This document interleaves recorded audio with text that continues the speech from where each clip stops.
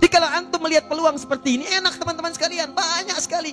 Tidak harus uang, pakaian, makanan, macam-macam. Jadi kalau antum beli buah tuh, antum beli 5, di rumah ada 3 orang, berarti antum mesti sadar Allah titipkan yang 2 lagi untuk peluang infak antum. Bukan untuk antum habiskan semua. Kok bisa orangnya cuma 3, beli mangga 5? Siapa yang menggerakkan antum untuk beli 5 mangga? Orang cuma 3, berarti yang 2 lagi itu Allah gerakkan untuk mendapatkan pahala. Ada peluang di situ. Lu kepada siapa ya Rasulullah saya berikan? Kepada siapa ya Allah saya infakkan? Ini yang sering keliru. Kata Allah langsung turun, fi sabilillah, yang utama itu 5 dulu. 5. Kalau Anda temukan 5 ini, dia peluang infaknya sangat tinggi untuk diberikan. Siapa mereka ini?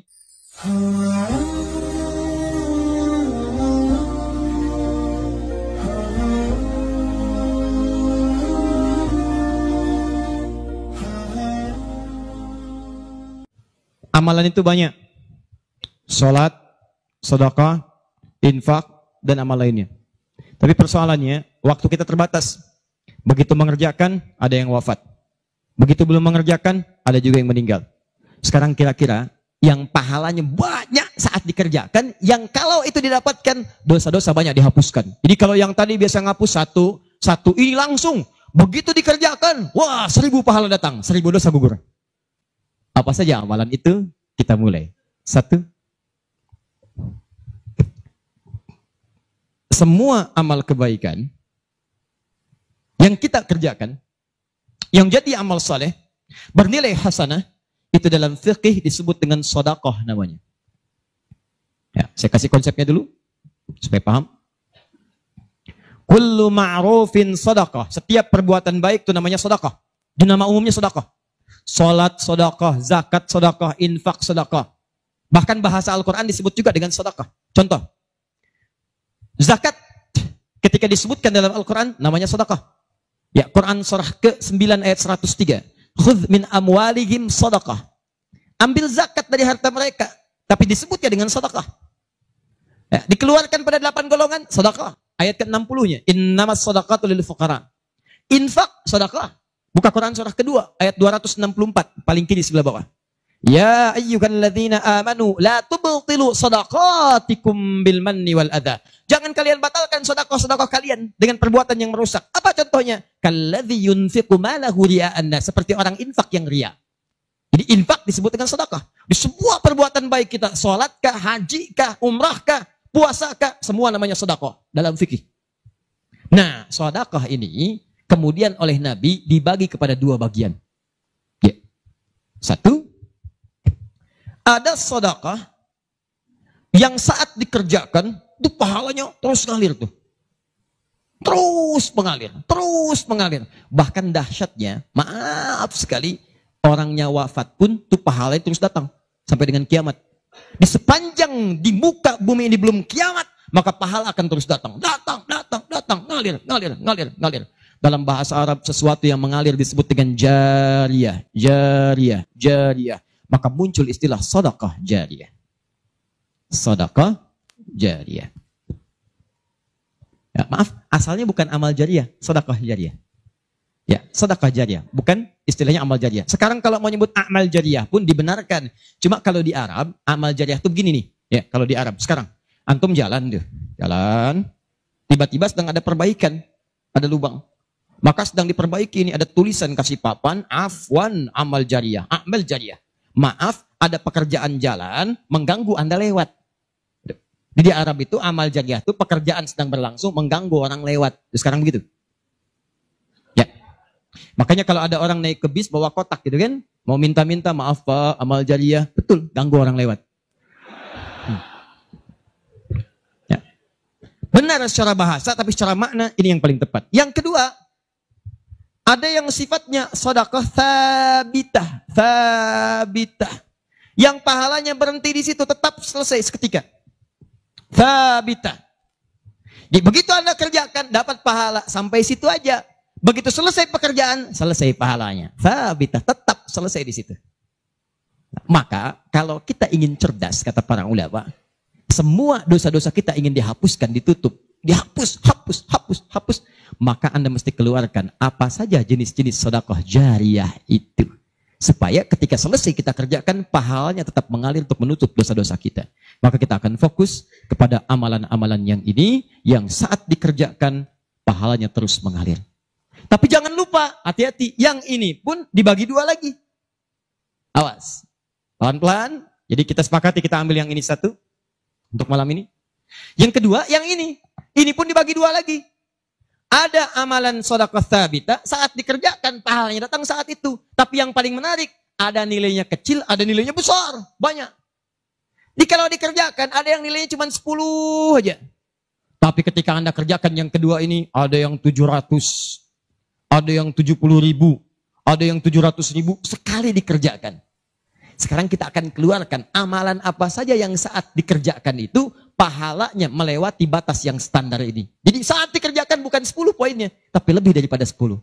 Amalan apa saja itu pada sedekah tsabita, dan amalan apa saja yang jariyah yang kita bisa keluarkan dan menggugurkan dosa-dosa kita. Sepakat sampai sini? Baik. 1.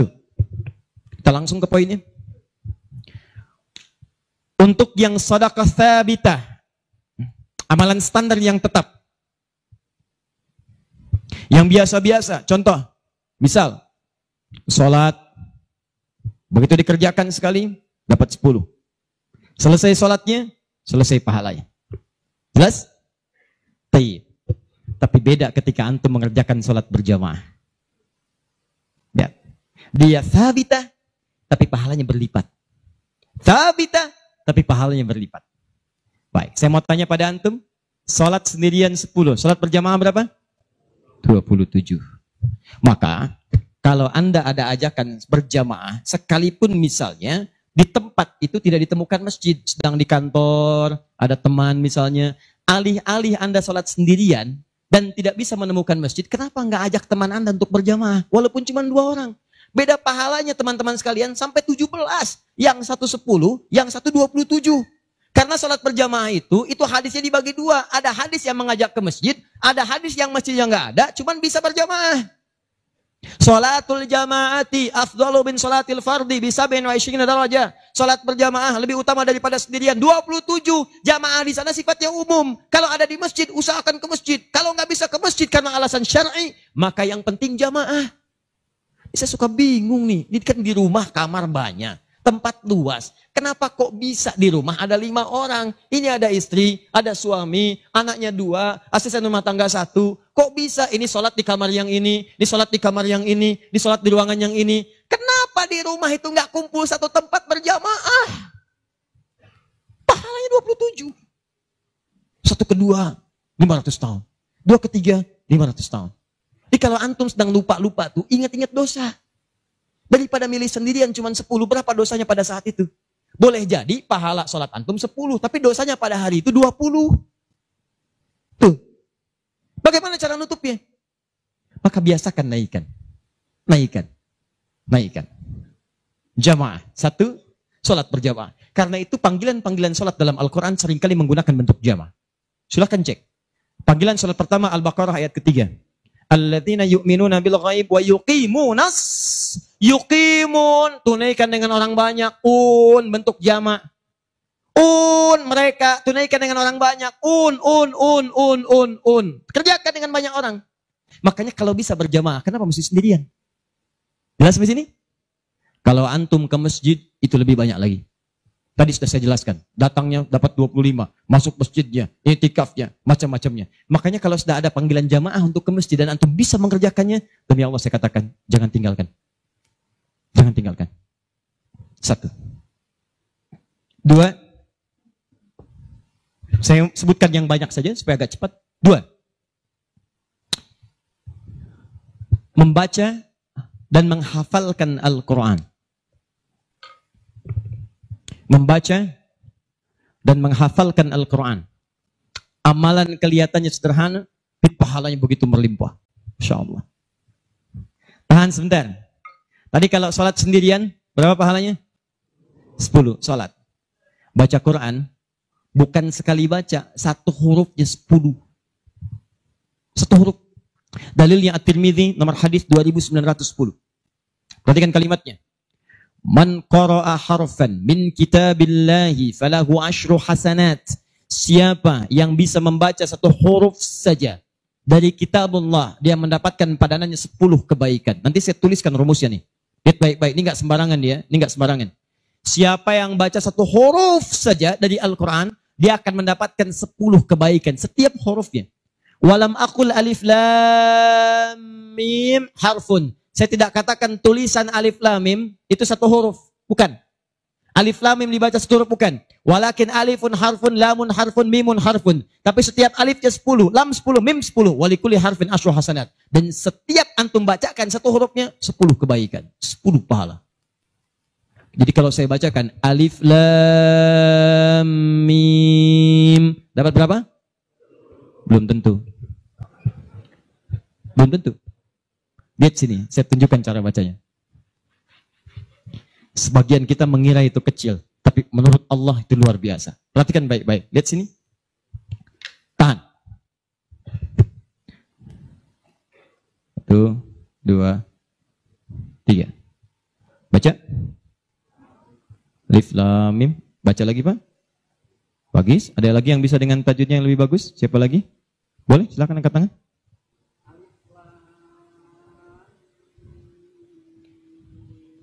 Baik sekali. Ada yang lain? Ya.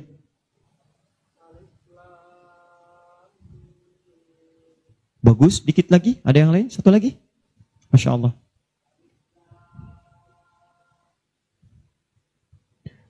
Bagus sekali. Cuman sayang ini bukan alif lam mim. Ini alam. Alam nasyrah laka sadrak.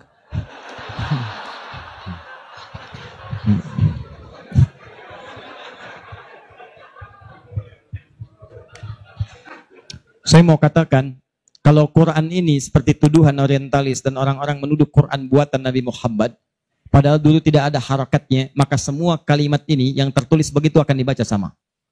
Tapi Masya Allah, yang satu alif lam mim, yang satu dibaca alam. Alam nashrah laka sadrak. Alam tara kaifa fa'ala rabbuka bi ashabil fil. Tapi tiga-tiganya memiliki kesamaan dalam bentuk tulisan. Perhatikan baik-baik. 1, 2, 3. Kata Nabi, lihat. Jangan katakan alif lam mim satu huruf, tapi alifnya satu, lamnya satu, mimnya satu. Walikuli harfin asyru hasanat. Setiap hurufnya 10 kebaikan. Jadi kalau saya bacakan alif lam mim, ada berapa huruf? Kalau hitungan kita biasa, maka kita akan lihat 1, 2, 3. Tapi kalau antum belajar ilmu arud itu diantaranya ilmu salah satu ya, untuk bisa menuliskan apa yang diucapkan, bukan apa yang tertuliskan lewat simbol. Dan itulah teman-teman sekalian menjadi ukuran banyaknya pahala yang kita dapatkan. Tahan. Di ilmu bahasa Arab ada 4 cabang ilmu. 1 nahwu, 2 sharaf, 3 balaghah, 4 arud. Ini yang utama. Arud dibagi ke 16 cabang lagi, namanya bahar. Ada bahar tawil, ada rajaz, ada madid, ya, dan seterusnya. Tawilun lahu dunal bukhuri fadailu, fa'ilun mafa'ilun, fa'ilun mafa'ilun. Rajas, mustafilun, mustafilun, mustafilun, mustafilun, mustafilun, mustafilun. Alfiyah itu Ibnu Malik, rumusnya rajas. Kalamuna lafdhun mufidun kastaqim, wasmun mafi'lun thumma harfunil kalim, wahiduhu kalimatun wal qawlu am, wa kalimatun biha kalamun qad yu'am, bil jardi wat tanwini wan nida wa al, mustadin lil ismi tamyizun hasal, bita fa'alti atat wa ya if'alli, wa nunik balanna fi'lun yanjalli. Itu rumusnya rajas. Tapi jangan antum heran, banyak orang mendalami kaidah ini untuk membuat puisi Arab. Lupa kalau ilmu ini bisa digunakan untuk membaca hadis-hadis Nabi. Dalam ilmu arud, jangan antum menghitung apa yang tertulis, tapi hitung bagaimana itu dibaca lewat bunyi yang terdengar. Perhatikan baik-baik. Ini tadi huruf apa? Alif. Maka cara menulisnya begini. Alif. Kata Nabi, alif. Nih. Berapa huruf? Setiap hurufnya 10. Jadi dari sini saja ada 1, 2, 3. Dapat berapa? Belum tentu. Karena ini hamzah. Oh. Ha, mim, zal, ta. 1, 2, 3, 4. Jadi dari sini aja ada berapa? Belum tentu kan ini ha tuh. Ha, 3. Anda yang suka menghitung, maka akan mendapatkan pahala sesuai hitungan. Anda yang berniat ikhlas karena Allah, maka Anda akan mendapatkan lebih daripada apa yang Anda hitung. Rumus ini ditemukan di Quran surah kedua ayat 261. Paling kiri sebelah atas. Tahan, tahan. Pelan-pelan. Ini rumus adanya di ayat infak. Tapi cara menerapkannya di semua kategori cara kita beramal. Orang kalau berinfak tahunya dapat 700. Mathalul ladzina yunfiquna amwalahum fi sabilillah kamathali habba Orang yang infak di jalan Allah seperti menanam satu benih. Ambatat sab'a sanabil. Satu tumbuh jadi 7 tangkai. 1 kali 7, 7. Fi kulli sumbulatin mi'atu habba. Setiap tangkainya ada 700, ada 100 benih. Ada 100 buah lagi. 7 kali 100, 700. Ayatnya suka dipotong sampai sini. Kalau Anda infak sekian, kalikan 700. Lupa, ayatnya belum selesai. Wallahu yudha'ifu liman yasha. Dan Allah akan melipat gandakan amalan tanpa batas bagi siapa yang tidak pernah berhitung. Jadi kalau Anda baca Qur'annya hitung-hitungan, ini dosa hari ini berapa nih dikerjakannya? Oh 9, Masya Allah, 9. Cukup 1 huruf aja. Nun. Tutup. 10. Besok dosa berapa? 15. Cukup 2 huruf. Toha. Selesai. Kalau Anda ngitungnya begitu, maka diberikan sesuai hitungan. Tapi kalau Anda tidak pernah berhitung, Allahu Akbar. Anda tidak tahu alif lam mim itu mungkin nilainya 30, mungkin 300, atau bahkan 3 juta, atau lebih daripada itu. Makanya kami sarankan, kalau Anda bisa mendekat kepada Al-Quran, maka tolong agendakan setiap hari. Semua sahabat itu punya agenda, Pak. Antum kenal gak Utsman bin Affan? Oh, iya. Situ tidak senang ngangguk. Coba di Semarang kenal Utsman bin Affan. Luar biasa. Tapi nggak apa-apa, masih bagus. Kemarin saya baru dari Sukabumi, Hubud Dunia. Ada yang kenal Fir'aun. Ini masih untung Utsman. Tuh lihat ya. Utsman itu bukan cuman cerdas dalam urusan bisnis dunia, tapi tijarah akhiratnya itu luar biasa.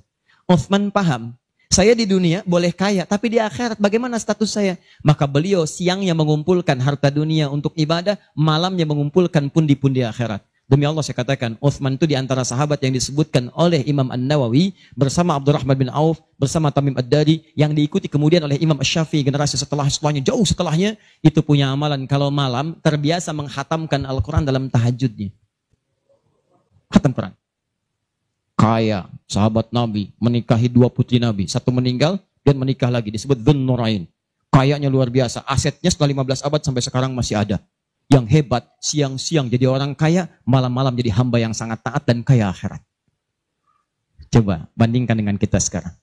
Menantu Nabi, bukan. Kaya, nggak sekaya Utsman.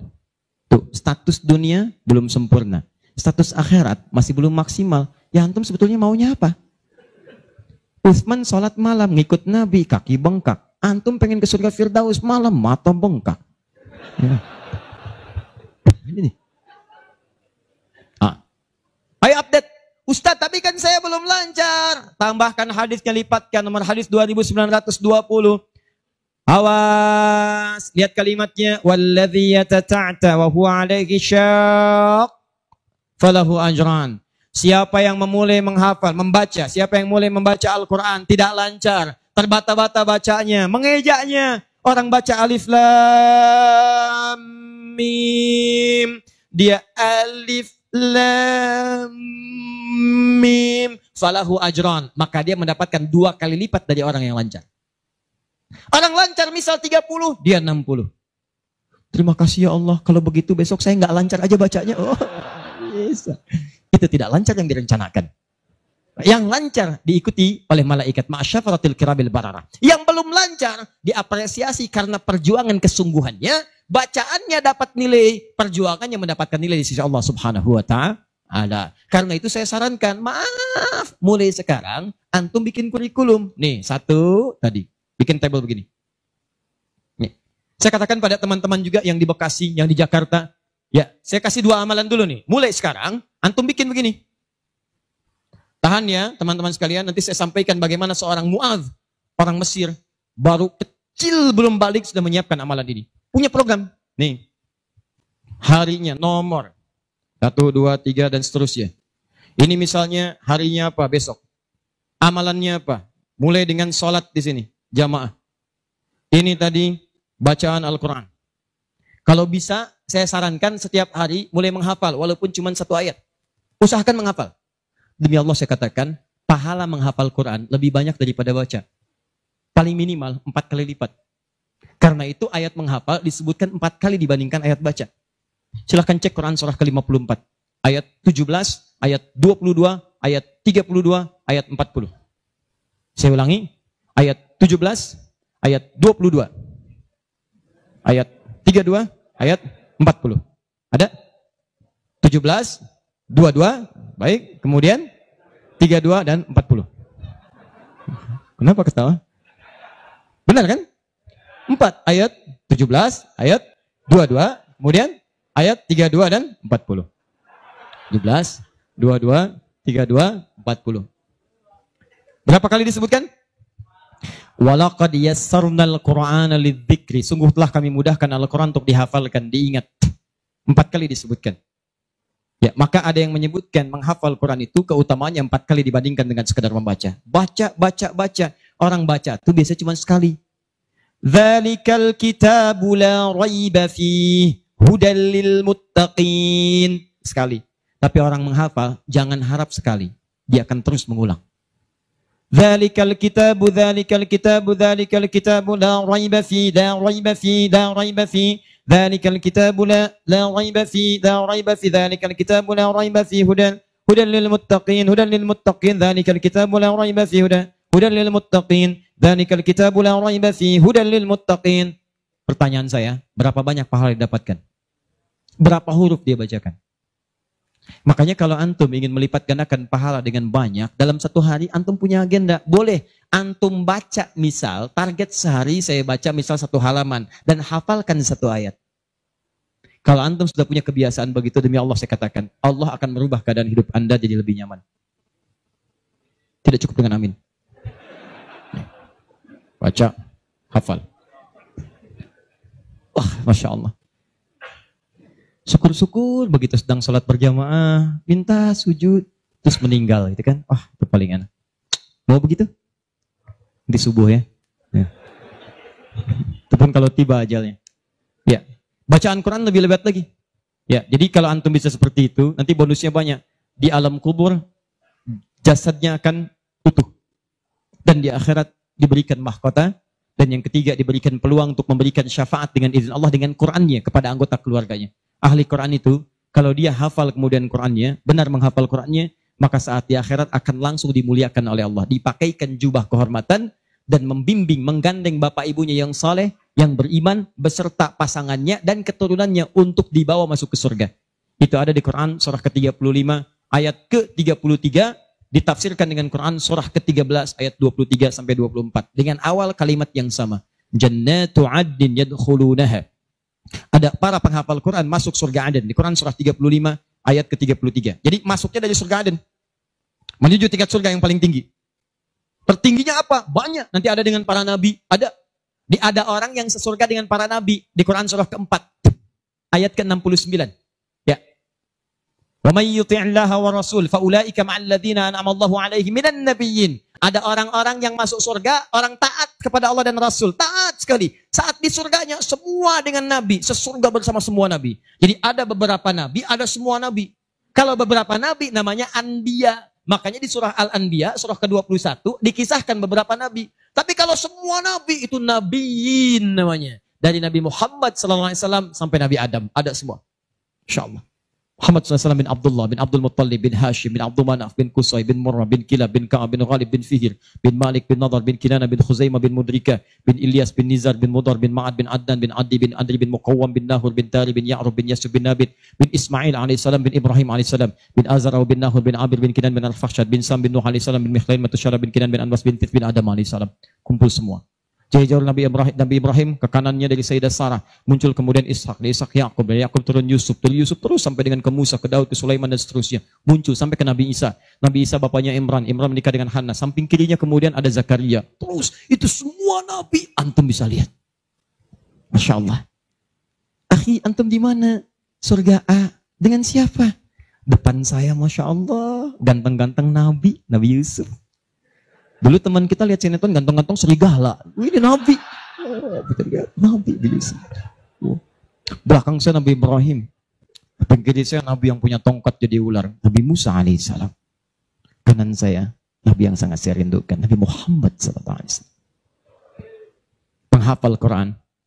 Dia akan masuk, diberikan mahkota. Tafsirnya di At-Tirmidzi nomor hadis 2915. Begitu dia kemudian akan naik, maka Qurannya berkata, Allahumma halli, ya Allah, tolong hiasi dulu tubuhnya. Bedakan dengan yang bukan ahli Quran.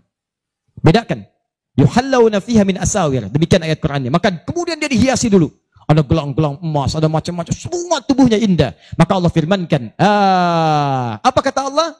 Begitu dikatakan Allahumma halli, maka kata Allah, pakaikan mahkota kehormatan. Begitu dipakaikan, ya Allah, berikan pula pada fasilitatornya, kedua orang tuanya, sepanjang mereka beriman, maka dipakaikan di atasnya mahkota yang lebih terang daripada sinar masuk mentari yang ke rumah. Ya Allahumma ya Allah, Allahumma halli, ya Allah tambahkan kepada penghafal, bedakan dengan fasilitator. Fayulbasu ilaihi libasul karamah, maka dipakaikan jubah kehormatan. Begitu dipakai jubah itu, kemudian difirmankan, waqra waqar fa inna akhira qiraatika akhiru manzilatika. Sekarang kamu masuk ke dalam surga dengan bacaan Quran yang biasa kamu bacakan saat di dunia. Akhir tempat tinggalmu, disitulah ditunjukkan pada akhir bacaan Quranmu. Di begitu dia baca Quran, setiap dia baca masuk surga, naik ke tingkat yang paling tinggi. Dan dahsyatnya saat dia akan masuk surga itu, dia akan menggandeng bapak ibunya, istrinya, keturunannya. Buka Quran surah ke-13 ayat 23 sampai 24. Kalimatnya sama awalnya, jannatu adnin yadkhulunaha. Ada orang-orang masuk surga Aden, ketika akan masuk, wa man salaha min abaihim, dia gandeng bapak ibunya yang saleh. Wa azwajihim, pasangan-pasangannya. Wa dzurriyyatihim, dan keturunan-keturunannya. Allahu akbar. Di dunia ahli Quran itu, kemuliaan Qurannya akan merembet pada sekitarannya. Silahkan cek kalau nggak percaya. Anda punya anak hafal Quran 5 tahun, bapak ibunya akan ikutan mulia. Musa yang hafal Quran, bapak ibunya dihajikan. Ahmad Kabil yang hafal Quran, ibunya, perawatnya, gurunya, teman-temannya ikut haji semuanya. Nggak percaya silahkan. Demi Allah saya katakan, Quran turun di 1 bulan, bulannya jadi mulia Ramadan. Quran turun di 1 malam, malamnya jadi mulia Lailatul Qadar. Quran turun di 1 hari, harinya jadi mulia hari Jumat. Quran turun di bawah malaikat Jibril, Jibrilnya jadi menjadi mulia, penghulu para malaikat. Quran diturunkan pada Nabi Muhammad, naik status jadi Sayyidul Anbiya wal Mursalin. Quran turun di Mekah, Mekahnya bercahaya. Quran dibawa ke Madinah, Madinah Munawwarah. Demi Allah, Quran tidak pernah singgah dimanapun kecuali orang itu dan tempat sekiranya akan jadi mulia. Kalau di Semarang ini, antum bikin halaqah Quran, di Semarang ada berapa hafid di setiap tempat, demi Allah saya katakan akan terjadi perubahan di tempat itu. Semua akan mulia.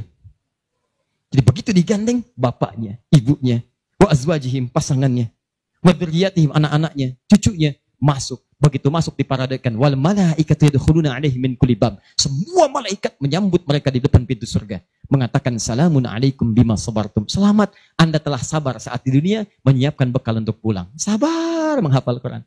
Itulah yang disiapkan oleh Muadz. Anak usia 4 tahun, saat saya berada di Mesir, anak ini masih dini, belum balik. Matanya kata orang buta, tapi hatinya begitu bersih. Dia bilang pada ayahnya, abati yuridul Quran. Pak, saya pengen jadi ahli Quran. Saya pengen menghafal. Kata bapaknya, tempatnya jauh, 20 kilo. Kamu ini punya keterbatasan. Gak apa-apa, saya pengen menghafal. Dia belum cerita kenapa dia mesti menghafal. Begitu bapaknya melihat tekadnya kuat, maka dari motor sederhananya dimodifikasi. Depannya, dashboardnya diperbaiki. Supaya bisa menyimpan catatan Quran. Lembaran-lembaran mushaf. Jadi begitu berangkat, tidak ingin ada waktu yang sia-sia. Di jalan, beliau kemudian di jalan kadang melihat ke bawah. Bacakan Quran, anaknya dengar. Bacakan Quran, anaknya dengar. Begitu sampai di tempat belajar, dia tinggal mendengarkan syekhnya. Perbaiki, baca lagi. Setoran, pulang. Yang paling menarik, setelah berapa lama, anaknya hafal Quran yang tidak melihat diantar hafal Quran, bapak yang mengantar belum hafal. Tapi yang dahsyat, ingat baik-baik. Berlaku hadis Nabi di sini. Siapa yang memfasilitasi pada kebaikan, maka dia mendapat pahala yang sama dengan yang mengerjakan tanpa dikurangi sedikit pun. Itulah hikmahnya dalam ilmu hadis. Kenapa setiap anak ketika meriwayatkan hadis, nama anaknya dihilangkan, nama bapaknya disebutkan. Antum pernah dengar Ibnu Abbas? Nama aslinya Abdullah. Kenapa Abdullahnya dicoret? Disebutkan Abbas bapaknya.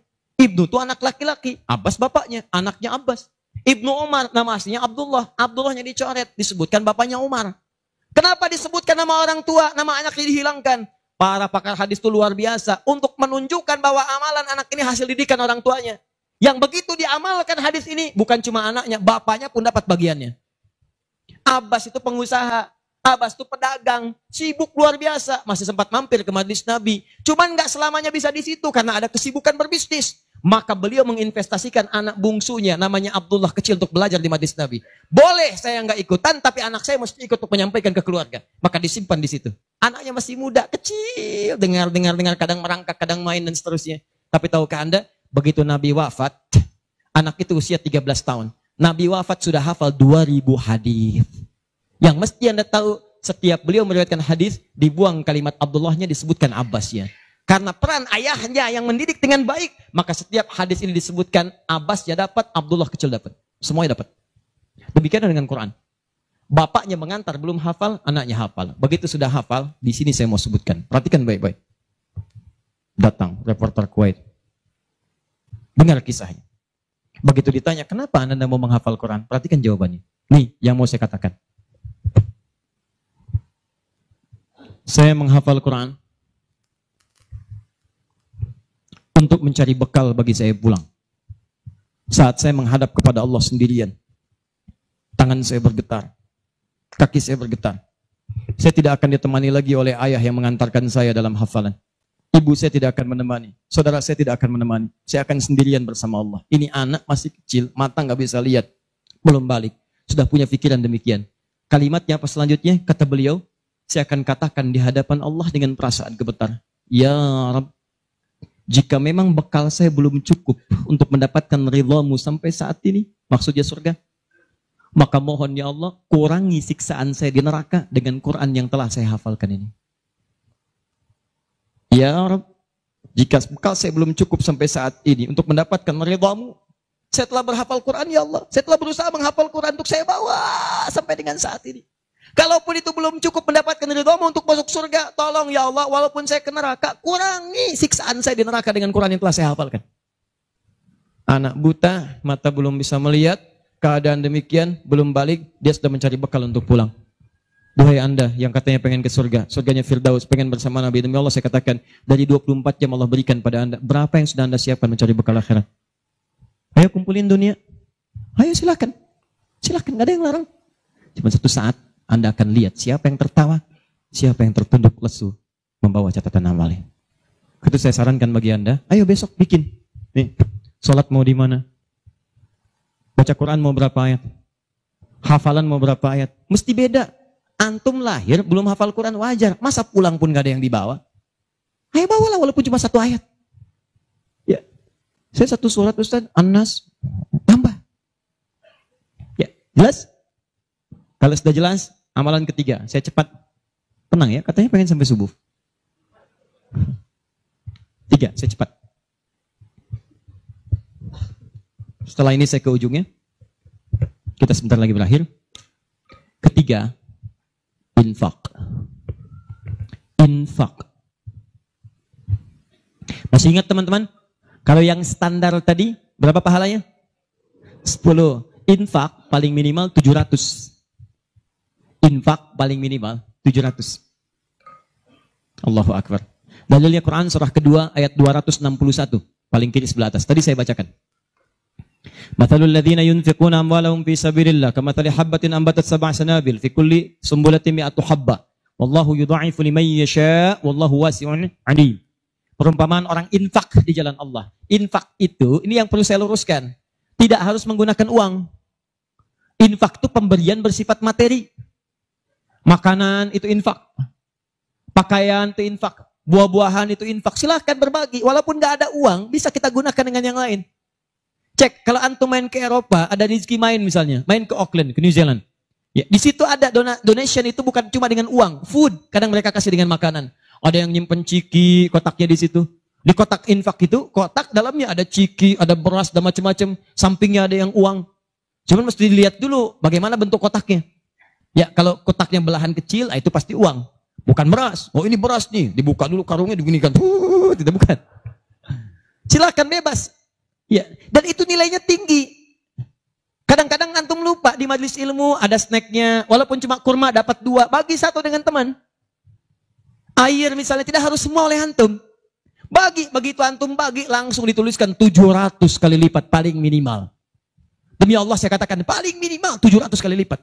Makanya zaman Nabi, itu ada satu keluarga yang berlomba tuh mendekatkan diri pada infak, walaupun dirinya kekurangan. Agak aneh tuh cara berpikirnya. Ya, jadi kalau dibandingkan manusia sekarang nggak dapat tuh, nggak dapat.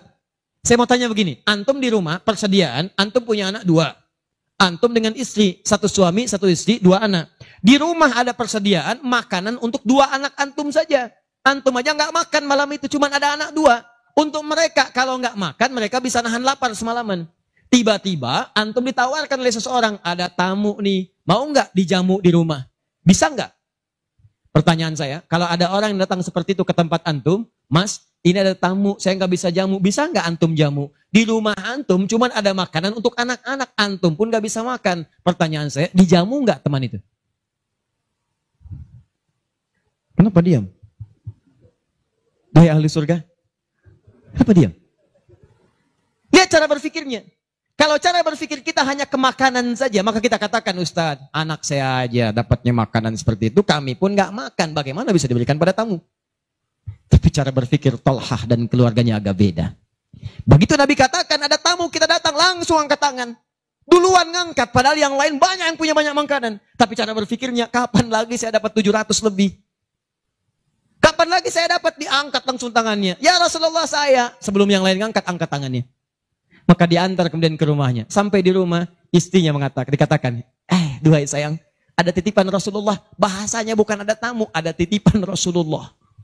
Allahu Akbar. Ada titipan Rasulullah. Maka istrinya langsung membaca, saya paham. Saya bertugas menidurkan anak-anak dulu, tidurkan. Yang suaminya menyiapkan makanan. Begitu sudah jadi kata suaminya kepada tamu tadi, Anda silahkan makan di sini, saya temani dulu istri saya. Gak enak rasanya, meninggalkan sendirian. Begitu temannya makan, dia berpura-pura makan di bilik yang lain. Membunyikan bunyi-bunyi seakan-akan makan. Begitu sudah kenyang, tanpa mukaddimah yang lain langsung pamit. Terima kasih sudah menjamu saya, semoga Allah berikan pahala. Pamit malam itu juga. Begitu selesai pamit, subuh-subuhnya datang menghadap pada Rasulullah pagi-pagi. Apa yang terjadi? Turun ayat Quran surah 59 ayat 9 sampai 10 itu. Walladzina tabawwa'ud dar, sampai ke kalimat wa yu'thiruna ala anfusihim walau kana bihim khasasah. Tuh cara berpikirnya. Jadi kalau antum melihat peluang seperti ini, enak teman-teman sekalian, banyak sekali. Tidak harus uang, pakaian, makanan, macam-macam. Jadi kalau antum beli buah tuh, antum beli 5. Di rumah ada 3 orang. Berarti antum mesti sadar, Allah titipkan yang 2 lagi untuk peluang infak antum. Bukan untuk antum habiskan semua. Kok bisa orangnya cuma 3, beli mangga 5. Siapa yang menggerakkan antum untuk beli 5 mangga? Orang cuma 3. Berarti yang 2 lagi, itu Allah gerakkan untuk mendapatkan pahala. Ada peluang di situ. Lu kepada siapa ya Rasulullah saya berikan? Kepada siapa ya Allah saya infakkan? Ini yang sering keliru. Kata Allah langsung turun. Fi sabilillah. Yang utama itu 5 dulu. 5. Kalau Anda temukan 5 ini, dia peluang infaknya sangat tinggi untuk diberikan. Siapa mereka ini? Ada di Quran surah kedua ayat 215. Paling kanan sebelah bawah. Yas'alunaka madza yunfikun. Mereka bertanya pada Muhammad SAW. Ya, awas, apa yang harus kami infakkan? Pada siapa? Maka turun jawaban, kul ma anfaqtum min khair. Katakan kalau mau infak mesti yang paling bagus. Ini kaidah pertama. Awas, ada peringatan di Al-Baqarah ayat 267.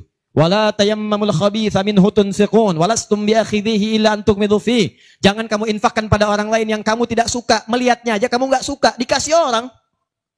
Antum punya uang 50.000 2, 1, wah masih keras, bagus, luar biasa. Masuk dompet enak dilihat.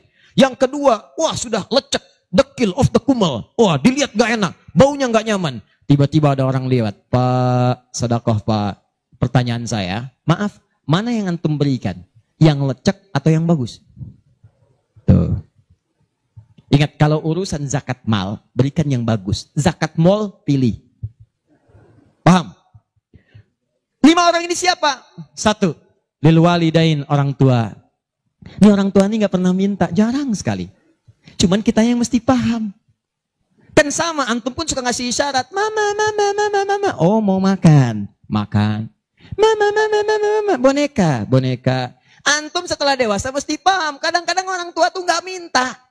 Gak pengen nyusahin anaknya. Padahal orang tua udah susah. Melahirkan susah, mengandung juga susah, merawat susah, menyusui susah. Sudah dewasa pun antum masih susahin juga. Kapan antum berbaktinya? Kadang-kadang cuma nanya, nelpon apa kabar. Padahal di rumahnya itu Masya Allah lagi kurang beras. Beras kurang, listrik belum dibayar. Kirimkan, sebelum diminta kirimkan. Itu begitu antum kirimkan demi Allah saya katakan. Di hadis Al-Bukhari, di kitab Al-Adabul Mufrad. Bukan cuma mendapatkan lipatan pahala kalikan 700 lebih. Tapi ridha Allah turun ke tempat antum pada saat itu.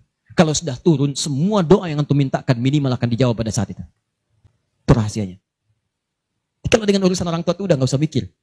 Begitu mengatakan, nah gini-gini, tenang aja mah. Walaupun gak ada, katakan, insya Allah mah selesai. Insya Allah, berusaha antum.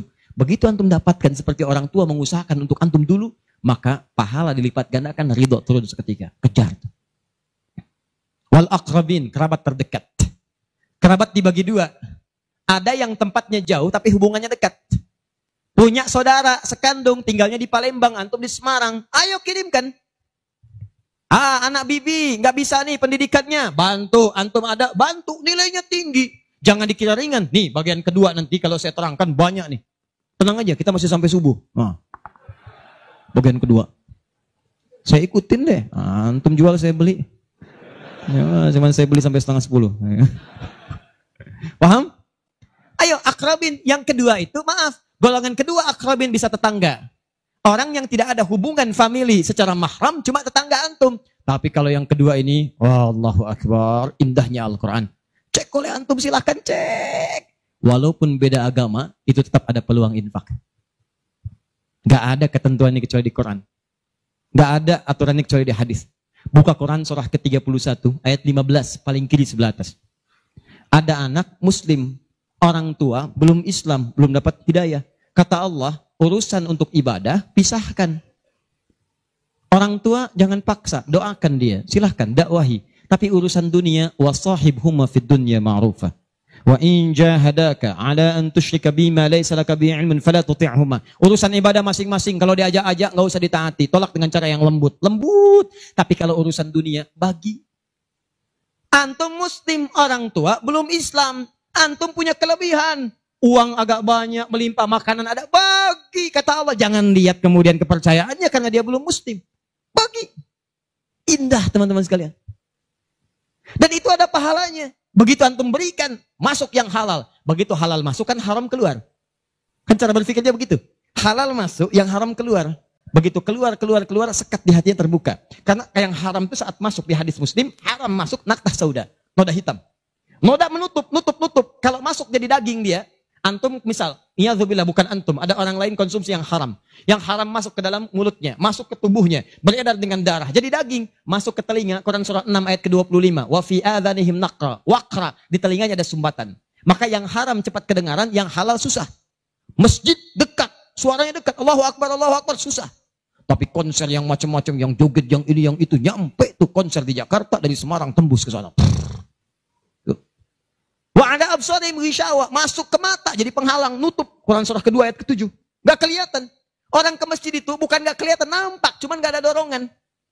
Akhi, ayo ke masjid. Ya, alhamdulillah, nanti. Padahal yang besar lewat, kecil lewat. Yang paling aneh itu begini. Kok bisa antum lewat depan masjid padahal bisa lewat jalan lain? Kenapa Allah antarkan sampai lewat depan masjid? Jadi kalau sudah Allah antarkan ke tempat-tempat yang baik, belum ingat Allah juga, antum mesti diantarkan kemana lagi? Tuh. Kok bisa antum lewat dengar adzan, padahal bisa antum lewat jalan lain, gak kedengaran adzan. Kenapa kemudian yang dengar antum? Kok bisa lewat jalan itu kelihatan mata, padahal bisa ada jalan lain. Kok bisa ngelihat? Kalau Allah sudah berkehendak kebaikan, antum masih belum bisa membacanya, masih ditanya. Itu pasti ada maksiat masuk. Caranya keluarkan. Kalau yang haram masuk, masukkan yang halal. Maka yang haram akan dihancurkan. Hancur. Kemudian muncul yang halalnya. Kalau halal sudah masuk, maka hati itu akan mudah untuk mendekat kepada Allah. Doakan. Demikian tetangga kita. Jangan dikira tetangga antum yang muslim saja. Mungkin kita ada non-muslim samping kita. Mungkin ada yang Kristen, ada yang Hindu, yang Buddha. Dalam hubungan keduniaan indah. Silahkan berbagi. Apa antum gak pernah dengar hadis Nabi? Siapa yang masak makanan, baunya sampai ke tetangganya, maka bagilah dia walaupun cuma kuahnya. Tapi maksudnya bukan daging yang antum makan, kuahnya antum bagi. Bukan. Tidak. Maksud hadis itu walaupun cuma masak kuah, bagi juga supaya dia tidak negatif thinking, tidak salah paham. Antum gak ada ayam, adanya singkong, cuman dimasak bumbu opor. Bumbunya opor, tapi dagingnya singkong. Dimasak gak antum bagi, tetangga bilang, oh masak opor enak nih, padahal singkong. Dibagi walaupun cuma kuahnya. Tapi pertanyaan saya, apakah hadis itu mengatakan kalau tetangga anda muslim saja? Tidak. Never. Di walaupun dia non muslim, masak. Bagikan sebelum dia menghirup baunya, ketuk pintunya. Begitu diketuk dia keluar. Ada apa Pak? Ini ada makanan, walaupun sedikit mudah-mudahan bisa bermanfaat. Bapak baik sekali, terima kasih. Bukan baik, Allah yang memerintahkan saya untuk berbagi. Dan saat itulah kalimat Allah mengalir di hati yang paling bening, menghunjam ke jiwanya. Masuk jadi hidayah. Masya Allah, besok-besok dia ketuk pintu kan, Assalamualaikum. Udah minta Assalamualaikum tuh. Sebelumnya tidak. Begitu dibuka sambil mengembalikan yang kemarin, ya, panci yang kemarin dikembalikan. Pak, ini apakah Allah sudah memerintahkan berbagi lagi hari ini? Oh. Lumayan. Nggak ada aturan kalau bukan non muslim jangan bagi. Nggak ada, indah dalam Islam itu. Jadi walaupun Anda kasih ke yang non muslim, pahala dituliskan. Jadi jangan pilih-pilih kalau urusan dunia. Anda masak, ini samping Islam, sampingnya lagi Kristen, sampingnya lagi kemudian muslim, non muslim. Bagi yang muslimnya, yang non muslim tidak. Begitu dia ngelihat kelewatan dipanggil Anda. Pak, kayaknya enak makanannya ya. Memang enak Bu, cuman sayang ibu kafir. Oh, nggak begitu. Nggak ada. Jadi bagi teman-teman, silahkan. Dan pahalanya ada, indah. Cuman di kita tuh, coba lihat aturan antum bang aja deh. Kita fikirnya kumpulin lagi. Bab tumbuhan, sekarang kan lagi musim rambutan ya. Rambutan. Tuh, antum di pekarangan ada rambutan, tumbuh. Pohon rambutan, pekarangan antum. Cuman sayang buahnya ke tetangga antum. Pus, ke sini. Maka dalam kaidah fikih disebutkan hakun mushtarak. Ini hak bersama antara antum dengan tetangga. Kenapa? Karena antum keluar rumah kelihatan cuman pohonnya. Dia keluar rumah kelihatan buahnya. Dan yang paling menarik, dia udah lihat buah, daunnya jatuh ke bawah. Dan kadang buah jatuh ke sini, membuat dia kesulitan. Awas, jangan sampai dia cuma ketiban sampahnya saja, antum kedapatan buahnya. Naik ke pohon rambutan, nggak boleh. Apa yang harus antum lakukan? Datangi dia, ketuk rumahnya. Sampaikan, Pak, maaf saya cuma mau ngasih tahu, itu ada pohon rambutan. Iya, saya juga tahu, punya bapak kan? Bukan, itu memang pohon saya, cuma buahnya merambat ke tempat bapak. Terus, itu hak kita bersama. Bapak nggak usah minta, begitu inginkan ambil aja, silahkan dapatkan. Aturan dari mana itu? Ini Rasul saya yang mengajari, Nabi Muhammad SAW. Bapak keluar lihat buahnya, saya keluar cuma lihat pohonnya. Kalau bapak pengen ambil aja. Wah hebatnya Islam, terima kasih Pak. Insya Allah, udah insya Allah tuh. Ya. Nanti saya ambil, udah pergi tuh, ambilin dan kita senang lihat ya. Begitu diambil pahala. Setiap satu buah 700 pahala. Setiap satu buah, 700. Masya Allah. Luar biasa. Dan dia kan gak paham fikih. Belum masuk Islam. Besoknya ayam antum main ke tempat dia. Ayam. Dia kira hukum ayam sama dengan rambutan. Oh. Nabinya umat Islam baik banget. Kemarin ngirim rambutan, sekarang ayam. Pokoknya. Mungkin ayam itu akan menggendong antum ke surga. Ya? Infak tuh. Nah, pertanyaan saya, antum punya agenda berapa untuk infak tuh? Coba lihat, kadang-kadang kan ada anak yatim samping. Gak usah terpikir banyak uang, pakaian, buka tuh pakaian antum. Masuk ke kamar, buka. Begitu dibuka, berapa banyak koleksi pakaian antum? Coba cuma pesen satu aja. Mohon maaf ya, maaf sekali. Jangan sampai ada pakaian, walaupun sehelai itu, yang belum pernah dipakai ibadah. Usahakan setiap yang kita gunakan jadi saksi di akhirat bahwa dia pernah dipakai ibadah. Karena semua akan bicara. Tuh lihat kaos, bagian dalam, celana, bagian luar, cek lagi semua. Dan kalau sudah itu antum pakai, ada yang lain gak kepake, bukan gak kepake.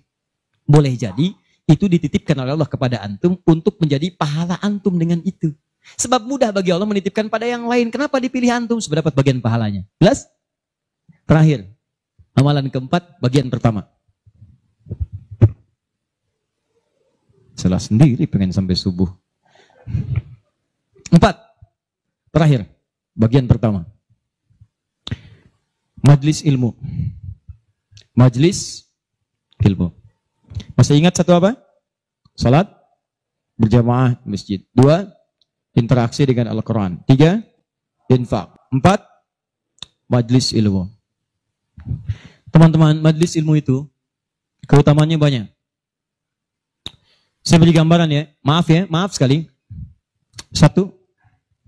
Majlis ilmu itu, kalau antum benar memilih majlis ilmunya, maka status yang diberikan oleh Allah pertama kali, begitu antum berangkat dari rumah, sampai dengan ke majlisnya, statusnya akan naik dari manusia biasa menjadi mujahid fi sabilillah. Itu langsung sama dengan orang yang berjuang ke medan perang. Ada majlis ilmu nih, antum datangi, begitu antum datang, itu sama dengan orang berjuang ke medan perang. Statusnya jihad. Kalau meninggal antum di pertengahan, walaupun belum sampai ke situ, maka statusnya langsung syahid, pahala syahid. Pahalanya syahid. Majelis ilmu. Satu, berpeluang mendapatkan pahala senilai jihad. Kedua, kalau wafat bisa syahid. Dalilnya Quran surah ke-9 ayat 122. Paling kiri sebelah bawah di mushaf. Wa ma kana al-mu'minuna liyanfiru kaffah. Kenapa mesti semua orang beriman pergi ke medan perang semua? Saya akan turunkan satu amalan kata Allah yang kalau kamu amalkan ini, maka statusnya akan sama dengan orang yang berjuang di medan perang. Sama persis. Apa itu? Falaula nafara min kulli firqatin minhum ta'ifah liyatafaqahu fid din. Kenapa tidak ada sementara orang di antara mereka mau datang ke majelis ilmu untuk mempelajari tuntunan agamanya? Waliyunziru qaumahum idza raja'u ilaihim la'allahum yahdharun. Dan dia mencatat pelajaran-pelajaran itu dan dia bawa pulang, dia sampaikan pada keluarga yang tidak belajar. Perhatikan baik-baik. Ayat ini mengatakan, kata Imam Mustafa Al-Maraghi, ayat ini mengatakan bahwa menuntut ilmu itu nilainya sama dengan jihad fi sabilillah. Artinya kalau wafat penuntut ilmu maka statusnya syahid. Kalau syahid maka dosa berpeluang digugurkan, amalan naik. Itu seketika pahala bisa datang dan surga. Pernah dengar seorang yang pernah membunuh 100 orang? Begitu dia mau tobat, di mana dia diarahkan? Kata ulama pada saat itu, pergi kamu ke majlis sana. Ke majlis ilmu. Disuruh ke majlis ilmu. Begitu dia berangkat di pertengahan jalannya, berangkat, meninggal di tengah jalan. Meninggal. Statusnya dalam keadaan di tengah jalan ke majlis ilmu, dia bertobat kepada Allah, diterima tobatnya. Saat berangkat tuh meninggal di tengah-tengah. Ada pahalanya. Apa yang terjadi? Surga. Surga. Diampuni dosa, naik ke surga. Di sini turun kemuliaan yang ketiga. Disebutkan di hadis Nabi, riwayat Ibnu Majah, nomor hadis 233. Ibnu Majah, nomor hadis 233. Rawinya sahabat Abu Darda. Man salaka tariqan yaltamisu fihi ilma, sahalallahu lahu tariqan ilal jannah. Siapa yang menyiapkan dirinya, melangkah menuju majlis ilmu, maka setiap langkahnya akan langsung dituliskan oleh Allah yang meringankan nanti langkahnya ke surga. Di setiap langkah itu dihitung. Pahalanya bukan pahala biasa, ringan ke surga, ringan ke surga, ringan ke surga. Itu pahala syahid tadi. Ya, Qurannya ada di Quran surah keempat ayat 100, paling kiri sebelah bawah. An-Nisa ayat 100, Quran surah 4 ayat 100. Di ujung ayat, wa may yakhruj min baitihi muhajiran ila Allahi war rasuli thumma yudrikul maut faqad waqa'a ajruhu 'ala Allah. Siapa yang berniat merubah dirinya, ingin lebih dekat dengan Allah dan Rasulnya, kemudian dia merubah diri. Bagaimana cara merubahnya? Ulama sepakat. Pertama, datang ke majelis ilmu. Supaya punya ilmu untuk merubah diri. Jangan langsung kerjakan amalan, tapi belum tahu ilmu. Ilmu qoblal amal. Antum beramal tanpa ilmu, celaka amalannya. Saya ingin berubah. Kemarin saya nggak pernah sholat. Saya pengen jadi hamba yang taat. Ya Allah, saya tobat. Besok saya akan sholat subuh 3 rakaat. Oh, bisa. 2 ya 2. Paham ya? Jadi ini gambarannya. Kemudian pahala yang ketiga. Cepat. Setiap dia sudah sampai ke majelis ilmu, disebutkan oleh sahabat Ibnu Abbas radhiyallahu taala anhuma, dinukil oleh Syekh Muhammad Hashim bin Asy'ari di kitabnya Adabul Alim wal Muta'allim, bab yang pertama, paragraf yang kedua, paling kanan di pertengahan. Orang yang sudah masuk ke majelis ilmu maka pahalanya langsung dituliskan 700 kali lipat. Tanpa henti, naik terus diangkat. Dan itu berlangsung sampai diamalkan. Jadi kalau ada seorang hamba, cuman dia beramal tanpa ilmu. Dengan seorang hamba, beramal dengan ilmu, beda pahalanya 700. Misal, antum masuk ke majelis ilmu nih, dapat 700. Diajarkan tentang sholat, bab sholat, diajarkan. Kalau anda mengangkat tangan setelah menghadap kiblat, hadisnya, misal disebutkan di hadis riwayat Abu Dawud, nomor hadis 857. Di Al-Bukhari disebutkan, anda saya angkat tanganmu, misal sejajar dengan bahu. Ucapkan Allahu Akbar. Saat diucapkan rasakan, buang urusan semua dunia ke belakang. Buang, jangan bawa dunia. Hanya Allah yang paling akbar. Begitu antum tahu dalilnya seperti itu, caranya bagaimana, itu langsung dituliskan. Baru takbir sudah mendapatkan 700 kali lipat. Tapi kalau antum cuma sholat saja, abid, sholat, gak paham bacaan, gak paham gerakan, dituliskan cuma 10. 700 kali lipat. Ma baina darajataini khamsumi'ati sanatin. Di antara satu kedua 500, dua ketiga 500, tiga keempat 500 tahun. Majelis ilmu. 4. Di hadis yang tadi, di Ibnu Majah nomor hadis 233 dari sahabat Abu Darda, orang yang menuntut ilmu itu teman-teman sekalian langsung, ya, wa innal malaikata la tadau ajnihataha ridwan li talibil ilmi, mendapatkan ridha malaikat, ridha malaikat. Mendapatkan ridha malaikat. Jadi antum jangan dikira biasa nih, dari sejak berangkat sampai ke sini itu malaikat menaungi antum, membentangkan sayapnya. Cuma memang dibuat oleh Allah gaib, gak kelihatan. Sebab kalau kelihatan gak akan jadi datang ke sini antum. Baru keluar rumah malaikat udah begini. Siapa? Malaikat maut. Paham ya? Baik. Nah, dari semuanya ini puncaknya teman-teman sekalian, puncaknya derajat antum akan diangkat oleh Allah. Diangkat. Dua. Satu karena ilmunya, kedua karena imannya. Dalilnya Quran surah ke-58 ayat 11. Yarfa'illahu alladhina amanu minkum walladhina utul ilma darajat. Jadi saran saya dengar ini ada 46 majlis taklim berkumpul di sini. Ini anugerah. Tidak mudah mendapatkan itu. Tidak mudah. Di saran saya, setiap ada majlis ilmu, ayo datangi. Bagi waktu masa dalam sepekan gak ada untuk akhirat. Dunia aja kejar dunia. Kenapa gak nyari akhirat? Gak banyak kok. Sabtu kalau gak Sabtu Ahad susun. Nih taklim siapa? Ustadz Pulan, Syekh Pulan, Habib Pulan. Cari di mana tempatnya. Tapi ukurannya 3 kata Al-Quran. Cuma 3 ini. Kalau gak ada yang 3, maka 5 kemuliaan ini tidak akan didapatkan. Apa yang 3 itu? 1, sifatnya majlis ilmu itu majlis yang memahamkan antum dalam urusan agama. Bukan menjauhkan anda dalam urusan agama. Dalilnya Quran surah ke-9 tadi ayat 122. Liyatafaqahu fiddin, membuat mereka paham tentang agama. Jadi kalau ada majlis yang hanya membuat tertawa, tidak ada isinya, bahkan menjauhkan antum dari Allah, ngolok-ngolok ayat Al-Quran, ngolok-ngolok hadis dan sebagainya, maka yang seperti itu bukan majlis yang dimaksudkan lewat ayat tadi. Jelas? Ya. 2. Syaratnya kata Allah, kalau antum ingin masuk majlis, statusnya di syahid, maka antum mesti berniat dengan benar saat masuk ke majlis ilmu untuk memahami itu dengan mencatatnya dan memahaminya. Di begitu antum paham, catat, bawa catatan itu untuk kembali sampaikan kepada orang-orang yang tidak belajar. Itu sekarang lebih mudah, share di media sosial. Antum sekarang dapat satu hadis, share. Begitu di-share ada daripada share yang tidak jelas. Bikin status. Semarang mendung aja bikin status. Hari ini Semarang mendung, emang kenapa? Apa dengan status antum akan berubah jadi cerah? Tidak ada. Sudah. Bikin yang bagus. Hadis kirimkan. Hadis Nabi SAW. Keutamaan bagi seorang pekerja. Keluarkan. Begitu antum share ke teman-teman antum pengusaha, mereka semangat semua. Semangat. Antum jangan lupa begitu diinjakan kaki bekerja karena Allah, setiap tapak itu pahala. Kirimkan ayatnya. Kawan-kawan, Quran surah keempat, ayat 34. Berita gembira untuk kita. Niatkan yuk karena Allah. Begitu di-share, mereka lihat 10 orang meniatkan karena Allah. Antum dapat bagian pahalanya tanpa dikurangi sedikit. Kirim. Jelas?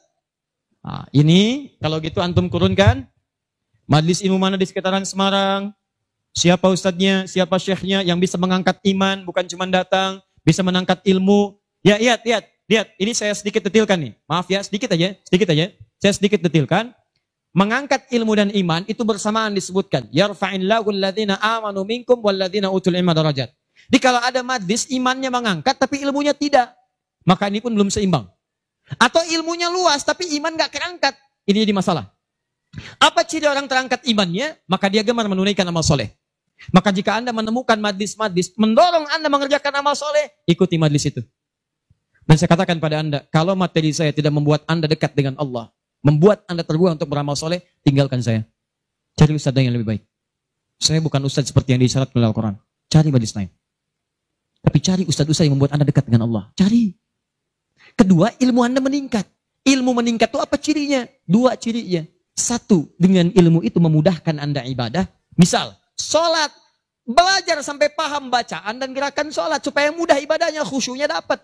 Ini kan ada sindiran di Quran. Kata Allah, banyak orang sholat gak paham bacaan dan gerakan sholat.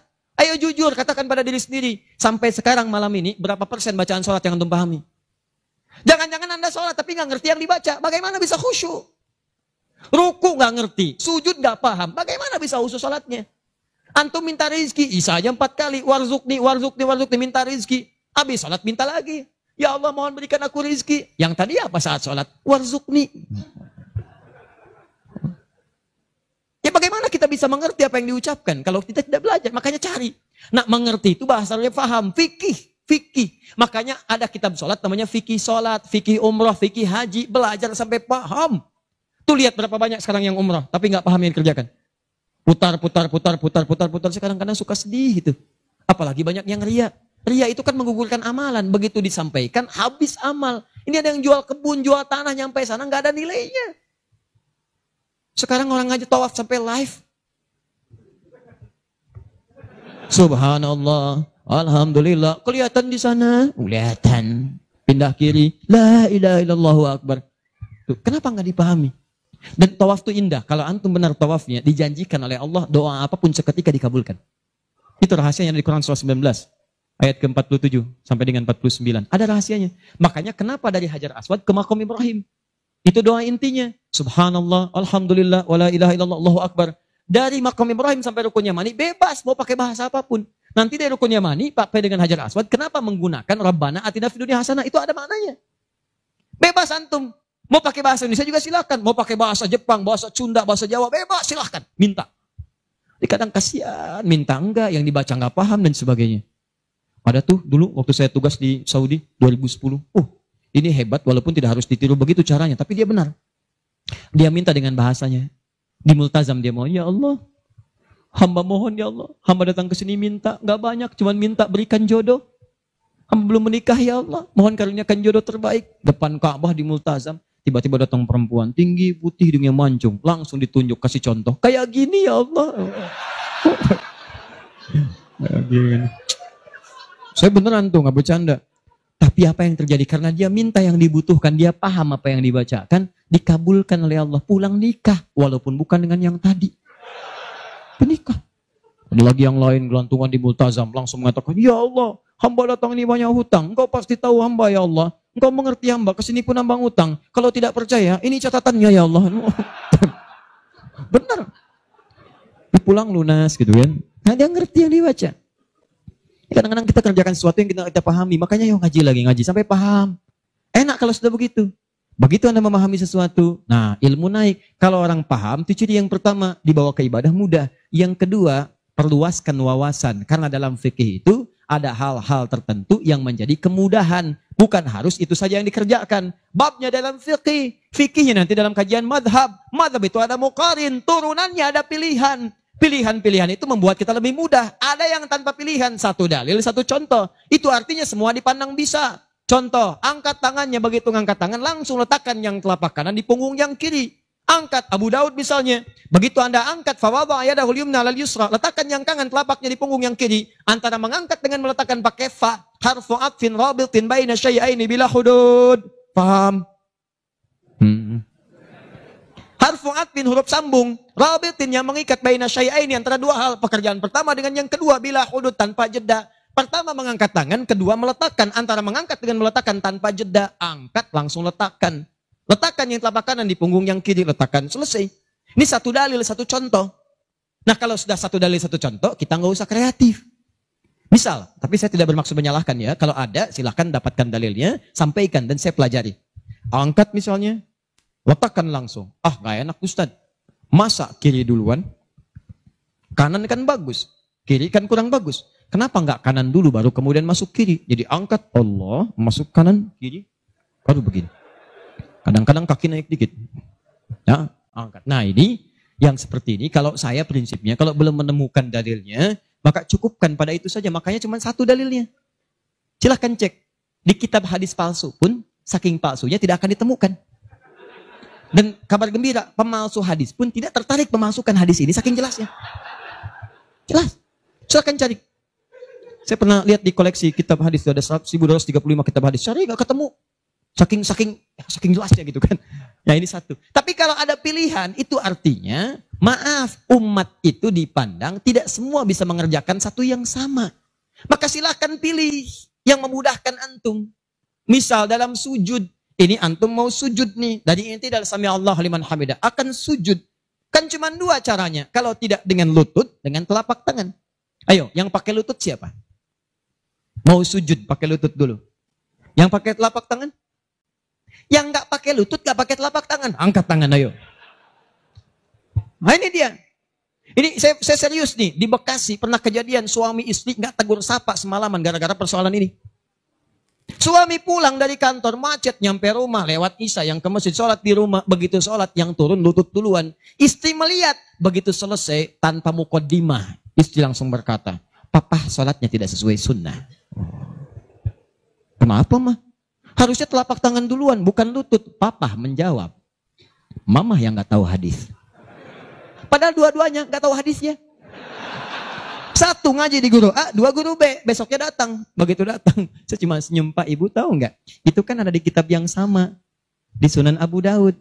Yang pakai lutut, nomor hadis 838, paling kanan sebelah bawah. Riwayat dari sahabat Wa'il bin Hujur. Yang pakai telapak tangan, sebelah kiri paling atas, nomor hadis 840 sampai 841. Riwayat sahabat Abu Hurairah. Oh, nggak pakai oh. Baca. Begitu dibaca, idza sajadta fala tasjud kama yabrukul ibil, falyadha rukbatai qabla yadai. Jika kamu ingin sujud jangan duduk seperti duduknya unta. Kalimatnya ibil, ya, unta masih umum. Maka letakkan lututmu sebelum telapak tanganmu. Maka yang kedua Abu Hurairah, hadisnya berbunyi kurang lebih bima makna idza sajadta fala tasjud kama yabrukul ba'ir, unta tunggangan yang sudah ada beban.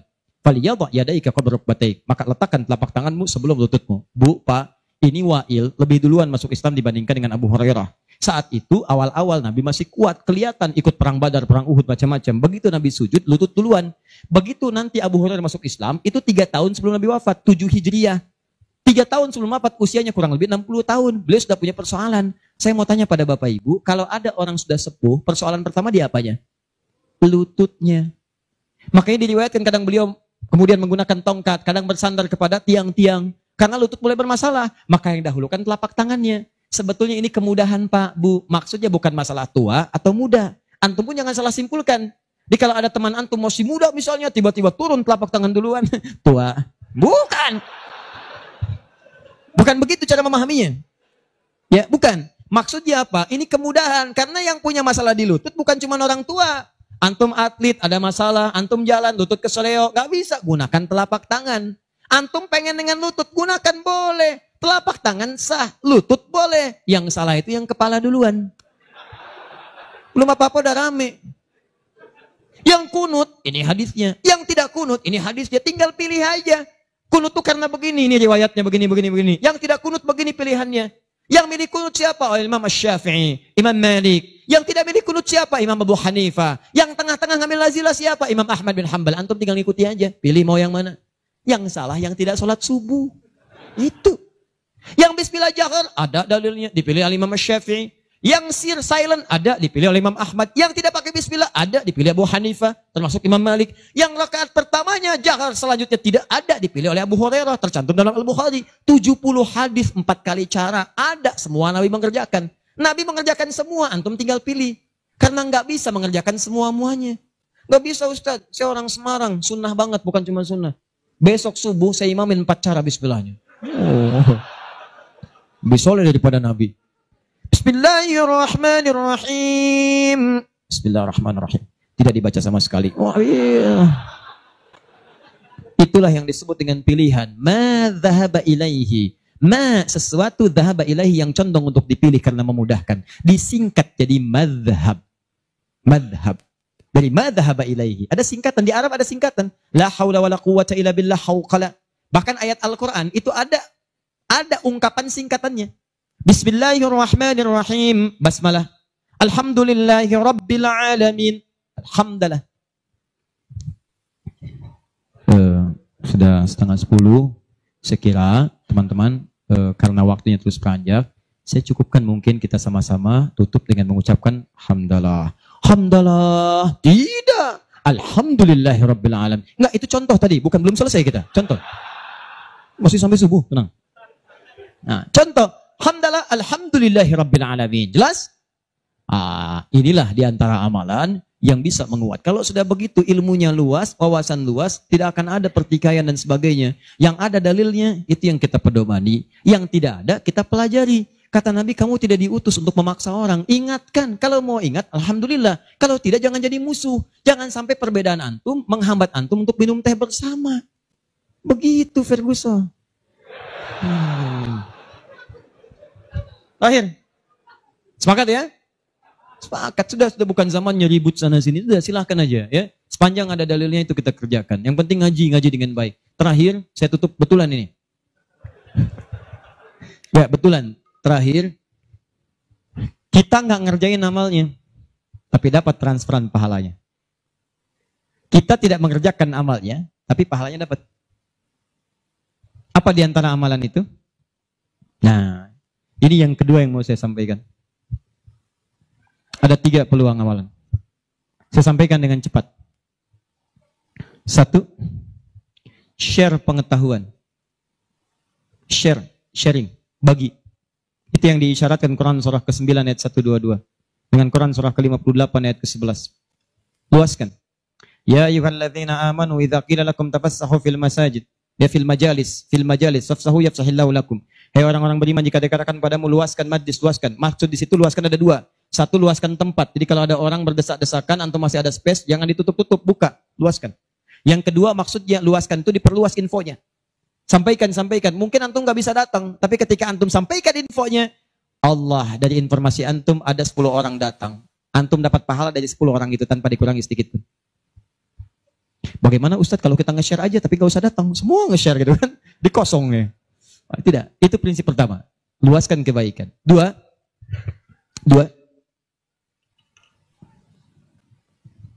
berinfak dengan harta pada amalan berganda. Berinfak dengan harta pada amalan berganda. Maksudnya sedekah jariyah. Contoh, tadi kan saya contohkan 4 kan? 4 ya? Masih ingat tadi? Di antara 4 itu, bukankah ada interaksi dengan Al-Quran? Baca, menghafalnya. Nih, antum punya modal 50.000, pengen infak. Dengan uang itu, disarankan langsung lewat petunjuk Nabi, cari dengan 50.000 itu yang menghasilkan keuntungan terus berlipat. Walaupun antum nggak mengerjakannya. Saya beri contoh misalnya. Berikan kepada orang yang tadi mengerjakan pahala berganda sedekah jariyah. Misal penghafal Quran. Ada orang punya 50.000 diberikan kepada orang dengan bentuk makanan. Yuk makan. Dimakan oleh orang itu. Dia sholat. Begitu dia sholat dengan energi tadi antum dapat pahalanya. Begitu energinya hilang pahalanya selesai. Tapi antum belikan mushaf 50.000. Datang ke percetakan Habib Hasan. Saya cari mushaf Habib. Dengan harga 50.000. Antum dapat 2. Masya Allah. Begitu dapat 2. Antum datang ke tempat hafalan Quran. Masya Allah. Atau datang ke tempatnya Ibu Nyamin. Ya. Dari keturunannya Syekh Dahlan. Ya, Allah yarham. Yang penemu qiraat itu. Begitu datang ke situ. Berikan kepada anak-anak penghafal Quran. Atau ke tempat-tempat penghafal Quran. Datang ke Yanbu, ke Kudus, berikan. Modal cuma 50.000, mushaf 2 diberikan kepada penghafal Quran. Tadi sudah saya katakan dari awal. Hafal Quran itu, penghafal nggak akan pernah menghafalkan dengan satu bacaan, dia akan mengulang-ulang. Anda bayangkan, modalnya cuma 50.000 sama dengan tadi. Mushaf 2 jadi 2. Begitu dimukan dan dipegang oleh penghafal Quran, dibaca oleh dia, dihafalkan. Allahu Akbar. Berapa banyak bacaan dia bacakan dalam sehari? Baca. Transfer mengalir kepada antum. Semua yang dia bacakan, dia hafalkan, semua mengalir untuk antum. Modalnya cuma 50.000. Yang menarik, antum meninggal. Mushafnya masih ada, dibaca lagi ada yang lain, mengalir lagi, modal 50.000.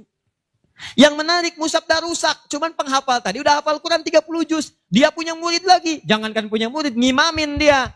Dengan wasilah mushaf dari antum tadi, begitu mengimami, pahala lagi, transfer. Yang hebat, dia punya murid 10 orang, 10 itu punya murid lagi, 10 lagi, gak habis-habis, cuma 50.000 modalnya. 50.000 rupiah. Mushaf. Itu yang disebut amalan cerdas. Waktu kita terbatas. Coba apa yang kita dapatkan itu yang kita cari. Itu sahabat tuh begitu. Bilal tahu uang saya nggak banyak. Nggak tahu beliau, saya nggak punya banyak uang. Idul Kurban tuh orang beli sapi. Kalau kita sekarang. Mereka beli kambing. Ada yang beli unta. Oh, Bilal nggak kebeli. Tapi saya pengen intinya satu. Pengen menyampaikan sedekah karena Allah. Yang lain membeli kambing, beliau beli ayam. Bukan kurban dengan ayam. Tapi intinya bagaimana berusaha menabung untuk mendapatkan sesuatu bersedekah karena Allah di hari itu. Dan nilainya itu luar biasa dipuji oleh Nabi SAW. Termasuk Ibnu Abbas dibiasakan demikian. Dipuji oleh Nabi. Makanya mulai teman-teman sekalian. Dan penghafal Quran gak akan pilih-pilih. Mushaf siapa tuh? Ini wakafnya Pak Haji Yunus. Udah banyak pahalanya. 1 huruf aja. Oh gitu ya? Iya. Qaf. Gak ada baca. Paham ya? Nah itu teman-teman sekalian. Dan yang terakhir, ini yang lebih hebat lagi. Ini pahalanya langsung surga. Surga. Masya Allah. Sepanjang antum beriman, beramal saleh dan meninggalkan maksiat. Apa diantaranya? Memfasilitasi orang lain. Yang sekiranya menghasilkan dengan ibadah itu pahala surga. Haji, umrah. Kalau wafat dia dalam penunaian itu dengan benar, maka al-hajjul mabrur laisa lahul jazaa illal jannah. Haji mabrur tidak ada pahala yang setimpal kecuali surga. Antum sudah luas, semua sudah haji dan sebagainya. Tiba-tiba lihat orang ibadahnya bagus, belum ada kesampaian, tiba-tiba antum fasilitasi. Dia haji mabrur dapat surga, antum dapat bagiannya tanpa dikurangi sedikit pun. Dan berita baiknya, haji pun disandingkan di Quran dengan umrah. Dalilnya Quran surah kedua ayat 196. Wa atimmul hajja wal umrata lillah. Makanya kalau ada yang mau haji, mau umrah, saya sarankan tolong hilangkan semua hal, jauhkan yang bisa merusak amalan, sayang. Ria tuh buang-buang, habis antum. Kasihan. Udah disiapkan surga, antum kemudian tukar lagi dengan keburukan. Ya, itu yang disayangkan.